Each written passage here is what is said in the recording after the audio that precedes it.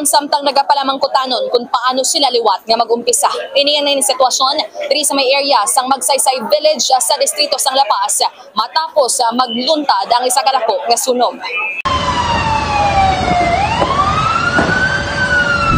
Halos wala na sang nasalbar ang kadamaan sa residente matapos nasunog ang 19 tanan ka mga balay sa Magsaysay Village sa distrito sang La Paz pasado las 2 ng hapon, Oktubre 14. Base sa investigasyon sang Bureau of Fire Protection o kon BFP, duha ang partially damaged kag 17 naman ang totally damaged.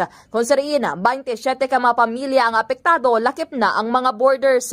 Ginaligar naghalin sa balay ni Edward Santimana ang kalayo nga badasig nga nag-ibwal kag naglaton sa mga kaiping nga panimalay. Nagpalangluya naman ang mga apektado nga nadula sang malipot lang at iyon ang ila madugay na nga pinangabudlayan nga balay kag kagamitan. Nagdangat naman sa 450,000 pesos ang inbilin nga halit sa nasambit nga sunog.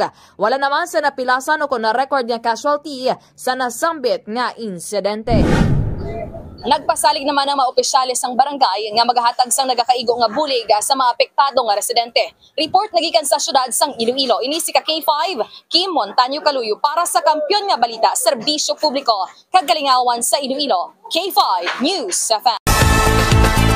Ang ining nga balita ang ginadulong sa inyo sang DTX Coffee Mix. Himo sa natural nga sangka pareho sang amarkuso, chia seeds, sugared cane extract powder. DTX Coffee Mix. Nakakapi ka na, naka-detox ka pa. DTX Coffee Mix. Mabakal sa mga butika.